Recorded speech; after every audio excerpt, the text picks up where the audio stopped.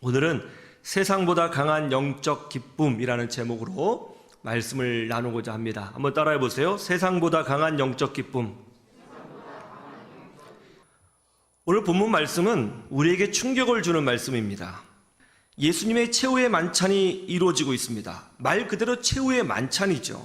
즉 예수님의 장례식을 준비하는 만찬입니다. 그러면 어떻게 되어야 합니까? 눈물바다가 되어야 하는 거죠. 슬픔과 절망에 몸부림을 쳐야 합니다. 지금 마지막 시간입니다. 그런데 놀라운 말씀이 있죠? 26절을 보세요. 이에 그들이 찬미하고 감난산으로 가니라. 최후의 만찬을 했어요. 장례식을 준비하는 만찬입니다. 마지막 순간이에요. 얼마나 슬픈 일입니까? 그런데 예수님과 그의 제자들은 하나님을 찬양하며 고난을 상징하는 감난산으로 올라갔다는 겁니다. 찬양의 핵심은 영적 기쁨이죠. 마지막 시간을 보낸 후에 예수님과 제자들은 서로 부둥켜 안고 엉엉 울어야 할 판인데, 뜻밖에도 예수님과 그의 제자들은 영적 기쁨에 휩싸여 하나님을 찬미하고 감난산으로 올라갔다는 것입니다. 최후의 만찬입니다. 장례식을 준비하는 만찬이에요. 마지막 시간입니다. 이 만찬이 끝나면 십자가의 죽음이 있을 겁니다. 그런데 왜 이 십자가의 죽음을 앞두고 성경은 슬픔을 말씀하고 있지 않고 오히려 제자들이 기쁨으로 찬양하며 감난산으로 올라갔다는 것을 부각시키며 말씀하고 있는 것일까요? 왜 이 최후의 만찬이, 장례식을 준비하는 이 마지막 순간이 찬양을 불러야 하는 기쁨의 순간이 되는 것일까요? 인간적으로 보기에는 참 이해하기 쉽지 않습니다. 그렇죠? 마지막 순간은 슬픈 거잖아요. 그런데 제자들은 기뻐하고 있습니다. 여기에 대한 의미를 요한복음 2장에 잘 기록되어 있습니다. 거의 같은 맥락이거든요. 우리 요한복음 2장을 한번 보실까요? 예수께서 이 첫 표적을 갈릴리 가나에서 행하여 그의 영광을 나타내심에 제자들이 그를 믿으니라. 예수님께서 가나라는 지역에서 열린 결혼식 잔치에 참여하셨습니다. 그리고 거기서 물로 포도주를 만드는 기적을 행하셨다고 오늘 요한복음 2장에 기록하고 있습니다. 성경은 예수님께서 이 땅에 오셔서 행하신 첫 번째 기적이 무엇이냐고 할 때에 물을 가지고 포도주를 만든 사건이라고 말씀하고 있어요. 이것이 첫 번째 표적이라는 것입니다. 왜 예수님께서 이 땅에 오셔서 첫 번째 하시는 기적을 물을 가지고 포도주를 만드는 기적으로 행하셨을까요? 뭐든지 첫 번째는 굉장히 의미가 있는 거잖아요. 의도성이 있다는 것이죠. 병자를 살려내실 수도 있고, 죽은 자를 살리실 수도 있고, 무리를 걸으실 수도 있고, 또 오병이의 기적을 먼저 행하실 수도 있었을 것입니다. 그런데 왜 하필이면 그 수많은 기적들이 있음에도 불구하고 물을 포도주를 만드는 기적을 첫 번째로 행하셨느냐 하는 겁니다. 우연이었을까요? 그렇지 않죠. 왜 예수님께서 물을 가지고 포도주를 만드는 사건을 첫 번째로 행하셨느냐? 그 이유를 예수님이 이렇게 설명하고 있습니다. 4절에 볼까요? 예수께서 이르시되 여자여 나와 무슨 상관이 있나이까? 내 때가 아직 이르지 아니하였나이다. 예수님의 어머니 마리아가 여기 포도주가 떨어졌다고 한다. 네가 좀 어떻게 좀 해봐라. 그렇게 예수님에게 부탁을 했죠. 그러자 예수님이 거절하십니다. 안 하겠습니다. 내 때가 아닙니다. 이것을 행하려면 내 때와 연관이 있어야 하는 겁니다. 내 때가 되어야 하는 것입니다. 그렇게 말씀하시고서는 조금 시간이 지나시자 물을 가지고 포도주를 만드는 기적을 행하셨어요. 그래서 물이 포도주 되는 사건, 이 결혼식장에서 물이 포도주 되는 사건은 마리아의 부탁 때문에 이루어진 것이 아니고 예수님의 때와 관계가 있다는 것을 드러내신 것입니다.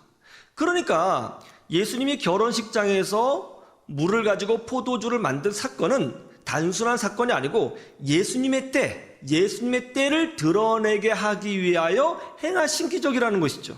그러면 예수님의 때란 뭘까요? 요한복음에 보면 예수님의 때에 대한 자세한 기록이 한 10번 정도 나옵니다. 대표적인 것이 요한복음 7장 30절이죠. 한번 찾아볼까요? 예수님의 때에서 이렇게 나오죠. 그들이 예수를 잡고자 하나 손을 대는 자가 없으니 이는 그의 때가 이르지 아니하였음이러라. 사람들이 예수님을 잡으려고 합니다. 그런데 잡지 못합니다. 왜요? 예수님의 때가 아직 이르지 아니하였기 때문에 잡지 못한다는 거예요. 예수님의 때가 있습니다. 요한복음에 보면 그 때를 향하여 예수님이 전진하고 계십니다. 또 요한복음 12장 23절을 보시죠. 예수께서 대답하여 이르시되 인자가 영광을 얻을 때가 왔도다. 예수님께서 예수님의 때, 인자, 예수님이죠. 본인을 지칭하고 계시는 거죠. 예수님의 때가 이르렀다고 설명하고 있어요. 그러면서 요한복음 12장 27절을 보면 예수님의 때를 놓고 예수님께서 이렇게 기도하고 계십니다. 보세요. 자, 27절 시작. 지금 내 마음이 괴로우니 무슨 말을 하리요? 아버지여 나를 구원하여 이 때를 면하게 하여 주옵소서. 그러나 내가 이를 위하여 이 때에 왔나이다. 예수님께서 지금 기도하고 있습니다. 이 때를 면하게 하여 주옵소서. 마치 겟세마네 기도와 같지 않아요? 그렇죠? 그러면 이 때가 뭐라고 설명하고 있죠? 33절에 정확하게 기록되어 있습니다. 예수님의 때란 이겁니다. 33절 시작. 이렇게 말씀하심은 자기가 어떠한 죽음으로 죽을 것을 보심이로라. 자, 이제 우리는 예수님이 말씀하신 이 때가 무엇인지 분명히 알았습니다. 예수님이 말씀하신 때는 무엇이죠? 바로 십자가의 죽음입니다. 장례식입니다. 그러니까 예수님께서 결혼식장에서 물을 가지고 포도주를 만든 기적은 예수님의 때, 즉 예수님의 장례식과 연관이 있다는 거예요. 예수님의 장례식을 위해서 예수님께서 이 땅에 오셔서 행하신 첫 번째 기적을 물을 가지고 포도주를 만드는 기적을 행하셨다는 것입니다. 그것을 드러내기 위해서요. 왜 그렇죠? 여기는 의미가 있는 것이죠. 예수님은 이 땅에 오실 때에 살러 오신 것이 아니라 죽으러 오셨습니다. 그것이 예수님의 때죠. 그런데 예수님이 십자가에서 죽으심이 우리에게는 생명이 됩니다. 예수님이 죽으셔야 우리가 용서를 받고 생명을 얻습니다. 예수님이 채찍에 맞으셔야 우리가 나음을 받습니다. 예수님이 고난을 당하셔야 우리가 회복이 되어지고 하나님의 축복을 누립니다. 예수님이 화목제 어린 양으로 죽으셔야 우리가 하나님과 화목하게 됩니다. 예수님의 죽으심이 우리에게는 혼인잔치와 같은 기쁨이 됩니다. 왜 예수님께서 이 땅에 오셔서 첫 번째 표적으로 혼인잔치집에서 물이 포도주 되는 기적을 행하셨느냐? 여기엔 분명히 메시지가 있는 거죠. 내가 온 것은 너희들에게 기쁨을 주기 위해서 왔다. 내가 죽어야 너희들이 혼인잔치의 기쁨을 누린다. 내가 죽어야 너희들이 산다. 이때를 위해서 내가 왔느니라 하고 말씀하고 있는 겁니다. 오늘 본문 말씀도 마찬가지죠. 최후의 만찬을 했습니다. 장례식을 했습니다. 그런데 제자들이 찬양을 합니다. 무슨 의미죠? 똑같은 개념이죠. 예수님이 죽으셔야 그것이 우리에게 생명이 되는 겁니다. 예수님 십자가에서 고난을 받으시고 물과 피를 다 쏟으시고 죽으셔야 우리가 용서받고 살아납니다. 하나님의 자녀가 됩니다. 축복을 누립니다. 천국 잔치를 누립니다. 하나님의 백성이 됩니다. 그래서 비록 장례식을 준비하지만 그것이 제자들에게는 찬송이 되는 거죠. 예수님이 왜 십자가에서 죽으신 겁니까? 이유는 하나입니다. 목적은 하나예요. 우리에게 생명을 주시고 기쁨을 주시기 위해서 죽으신 거예요. 하나님은 우리가 용서받기를 원하시고 구원받기를 원하시고 또 그 구원의 기쁨을 가슴에 품고 이 땅에 살면서도 참 지지고 볶는 삶이고 고난이 있는 삶이지만 그럼에도 불구하고 영적 기쁨을 누리며 살기를 원하신다는 것입니다. 그래서 기독교 신앙의 핵심이 뭐냐면 기쁨이죠. 기쁨. 성령이 충만한 사람은 기뻐하게 되어 있습니다. 하나님을 아는 자는 기뻐하게 되어 있습니다. 기쁨입니다. 이런 기쁨이 있을 때에 우리는 이 땅의 고난도 이기고 위기도 이기고 우리가 이해할 수 없는 답답함도 이겨내고 세상도 이기며 승리하며 살아갈 수가 있게 되는 것입니다. 저는 바라기는 우리 사랑하는 희망을 노래하는 교회 성도 모든 분들이 하나님이 주시는 기쁨으로 세상을 이기는 역사가 일어나기를 간절히 소망합니다. 그러면 우리는 어떻게 이런 영적 기쁨을 누릴 수 있을까요? 첫 번째로는 감사로부터 시작되는 겁니다. 한번 따라해 보세요. 감사할 수 있을 때. 오늘 본문 말씀으로 다시 가시죠. 마가복음 14장 23절을 보세요. 또 잔을 가지사 감사기도 하시고 그들에게 주시니 다 이를 마시매. 보세요. 최후의 만찬입니다. 장례식을 준비하고 있습니다. 이제 이거 끝나면 예수님은 끌려가게 되실 것이고 무자비한 폭행을 당하실 겁니다. 채찍에 맞으실 것이고 극심한 고난을 당하실 겁니다. 그리고 십자가에서 죽으실 것입니다. 그것을 준비하는 최후의 만찬입니다. 그런데 예수님이 감사하고 있습니다. 참 놀라운 거죠. 이게 기독교입니다. 전에 우리 교회가 캄보디아로 단기 선교를 떠났죠. 거기서 우리 권사님, 집사님들이 감동받은 것이 많지만 특별히 제일 감동을 많이 받은 사건이 뭔지 아세요? 우리 선교팀이 아이들에게 공책, 연필, 지우개를 나눠줬거든요. 그러니까는 5살, 6살 이런 아이들부터 시작해서 청소년 아이들까지 몰려와서 공책, 연필, 장난감 이런 걸 받았는데 그 아이들이 그거 하나를 받을 때마다 두 손을 모이면서 감사를 표현하는 거예요. 연필 하나 줬어요. 연필 하나 줬는데 그거 갖고 그렇게 감사를 표현하는 거예요. 그 모습을 보고 우리 모두가 감동받지 않았습니까? 제가 신학대학원에 입학했을 때입니다. 하루는 신입생들이 모여서 이런저런 이야기를 하게 되었는데 자연스럽게 학교 밥에 대해서 불평이 터져나오기 시작했습니다. 학교 식단이 일반 대학교보다 훨씬 못하다.